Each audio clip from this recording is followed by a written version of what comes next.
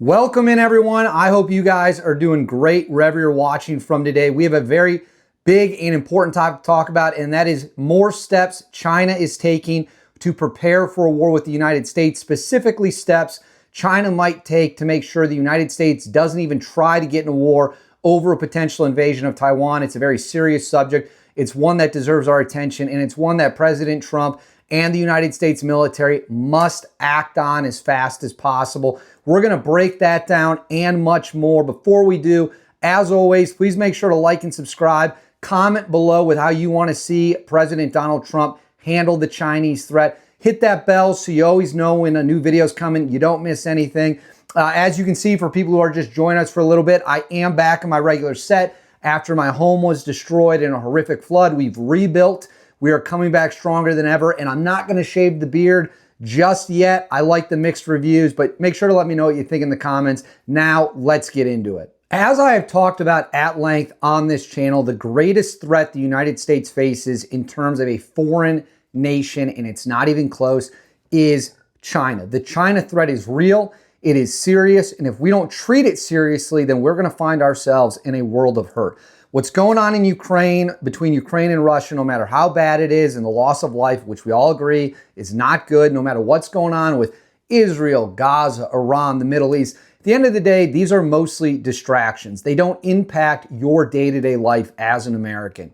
A war with China, a direct war with China, I 100% guarantee you will directly impact your life. There's no question about it. Anyone who tells you differently is just simply lying to you. That is the fact of the matter. That is the reality. We can debate it all day. That is the reality.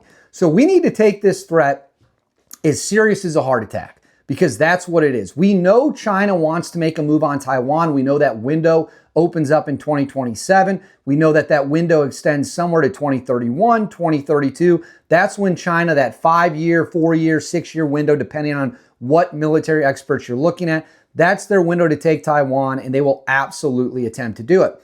China has been modernizing their military. They're greatly expanding their Navy capabilities, specifically with surface ships.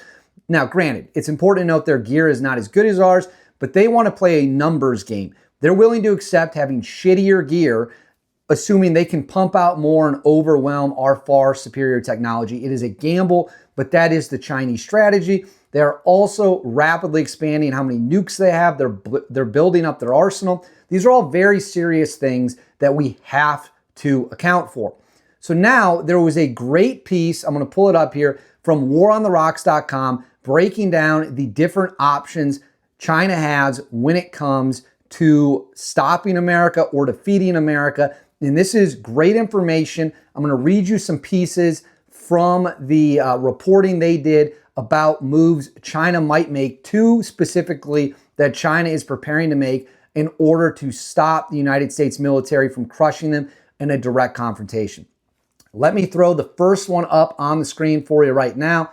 It says, in a full-scale Chinese invasion of Taiwan, U.S. intervention could pose grave risks for the People's Liberation Army. Effective landing operations would almost certainly require maritime and air superiority, U.S. fifth-generation fighters, nuclear attack submarines, strategic bombers, and ground-based artillery and missiles launched from forward-deployed locations in the first island chain would create doubts that Chinese naval transport ships and airborne forces could cross the strait within an acceptable margin of risk. U.S. forces may also include emerging capabilities. In June 2024, U.S. Indo-Pacific Commander Admiral Samuel Paparo drew attention when he stated that a burgeoning stockpile of cheap attack drones would create a virtual hellscape for any forces attempting the crossing. Conversely, this is where it gets important, conversely, the absence of U.S. intervention or major disruptions in the U.S. military's ability to move forces across the Pacific would improve Beijing's chances of convincing Taipei to capitulate or defeating Taiwan in an all-out war. A blockade could last indefinitely with mounting social and economic tolls, while Taiwan's defenses would struggle in a one-on-one match with Chinese forces, given disparities in manpower, platforms, and munitions. Indeed, without the prospect of direct U.S. involvement in the conflict, Taipei might give up without fighting. Understanding these dynamics, Beijing has therefore carefully considered the ways the U.S. involvement could be minimized or avoided. This leads us to two ways China will likely try to stop America. We'll go into part one. There's a couple different ways, but these are the two I want to focus on because I think they're the most important. Let me throw this up on the screen right now. This is part two. This goes into actual direct bombings of the United States, things of that nature, direct military confrontation. It says, China could use a range of military tools to frustrate the U.S. military's ability to mobilize, deploy, and sustain Western forces in the Western Pacific. Beijing has invested in a large inventory of precision weapons to threaten U.S. targets such as anti-ballistic ship missiles, air-launched long-range missiles. China might also use non-kinetic strikes, including cyber attacks or electronic warfare, to attack critical U.S. information systems and debilitate U.S. satellites. For the past 2 decades, Chinese military observers have discussed such kinetic and non-kinetic strikes as being integral to system destruction warfare.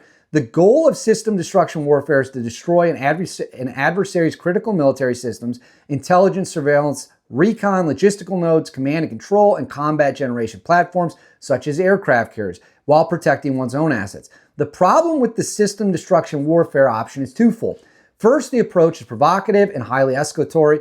Preemptive attacks on U.S. bases, aircraft carriers, or critical networks would create an escalatory spiral that Beijing could not control and wants to avoid.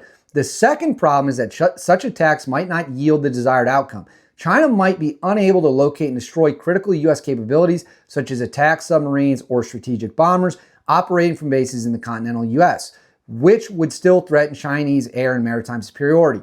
Moreover, the dispersal and concealment of U.S. forces would increase the probability that key capabilities will survive. So what's that saying there is they would try to open up in a first strike, an opening salvo, hitting all of our stuff in the region, trying to take out what they could. But even if they did, it's still risky because we could launch forces from the continental U.S., which then would force them to consider bombing the continental U.S. This is the last part I want to go over. This is huge. And this is about applying pressure to countries we have bases in, such as South Korea, Japan, Australia, the Philippines, things of that where we can stage forces. It says host nation coercion. Another option available to China focuses on coercion of third country government officials. China could try to convince host nations not to allow basing and access to U.S. forces. At the outset of an operation against Taiwan, Beijing would inform the national leaders of South Korea, Japan, and the Philippines and Australia that the use of any facilities by U.S. forces to attack Chinese forces would implicate those countries as combatants and therefore be subject to reprisal. Some governments may yield to Beijing's demands or limit access to U.S. forces, including expeditionary marine units, tactical aviation, and medium-range missile batteries. Others might resist Chinese coercion, dismissing the threat as merely cheap talk. This option would have less impact on long-range U.S. assets, such as bombers that do not require access to close basing. So that kind of lays out everything that is of concern, the moves China is making for war with the United States. What does it mean? Where do we go from here? Let's get into that right now. As you can see, the Chinese are considering multiple different options to counter the United States military, and the United States military faces multiple obstacles when it would come to an all-out war with Taiwan. Now, I want to be clear. Can we win that war? We can absolutely win that war, but there are problems we have to address. Number one, and this is huge, is we will not be able, and this is according to multiple people I've talked to, we will not be able to reload our ships at sea when it comes to missiles, weapons, and such like things like that. You'll have to fight, the United States will have to fight with what we have in the region. Meanwhile, China will have everything they want at their shores. This is, of course, what military planning experts refer to as the tyranny of distance. We have to travel the ocean. They do not. So naval experts and naval officers I've spoken with have made it clear that one of the biggest obstacles they're worried about in the tyranny of distance situation is that once we unload our cruise missiles, once we unload all the bombs that we have for planes on ships, we're going to have a tough time getting into a contested region to bring supplies. That means we could back ships off, try to get them out of Chinese range, try to refuel, restock them elsewhere. But in terms of the immediate theater of war, such as the region around Taiwan, the South China Sea, things of that nature, it would be very difficult to reload. So what we would try to do is unload as much as possible, inflict as many casualties as possible on the Chinese and hope that they back off, and that buys us time to flood the region with assets. The second issue that the United States military is going to face in a direct conflict with China is that part of the host nations. China will have to make a choice. Are they going to bomb Japan? Are they going to bomb Guam. Guam obviously is a U.S. territory, but that would be hitting American territory directly. Would they bomb South Korea? Would they bomb Australia? Would they bomb any nation where United States assets are staged, ready to fight?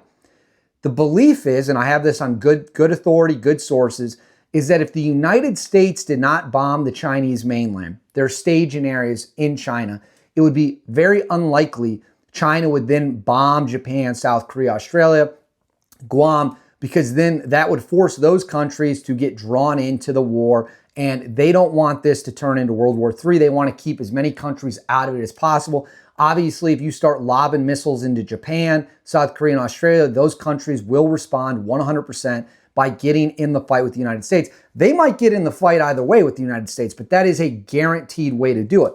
The problem is the United States military might not have a choice but to take out those staging areas on the Chinese mainland. That is how you could stop the flood of men and equipment coming over the Strait of Taiwan. It's a simple calculus decision. They have to make the determination of how far up the escalation ladder they want to go. If we hit mainland China, they will 100% respond by hitting Guam at a minimum. Would they hit Pearl Harbor? I don't know. I would like to say no, but they'll absolutely hit Guam. You can take, that's a guarantee you can take to the bank. And then what will they do with Japan, South Korea, Australia? The Philippines are allies in the region. If we don't bomb the mainland of China, will they not bomb those places? We simply don't know. And as I've talked about over and over again, you have to understand once you're on the escalation ladder, you don't know where you're going to go. We have to take this threat seriously. President Donald Trump has to take this seriously, and I think he is taking it very seriously. We need to build more stealth submarines. We need to build more 5th generation fighters, 6th generation fighters. We need to build more drones that we can use to flood the airspace. We need to be able to flood the airspace as much as possible. We need to be able to take these people out. And if we don't take this threat seriously and China moves on Taiwan, we don't want to be caught with our pants down. It's that simple. We do not want to be caught with our pants down. I believe the United States military understands the threat. They're taking it seriously, and that's exactly what we have to do. But I want to know what you guys think. Let me know in the comments below how you want to see the Chinese threats handled, how you want to see us overcome these obstacles. What would your plan be to counter China? Make sure to like and subscribe. Hit the bell so you always know when there's a new video. And as always, I'll see you all next time.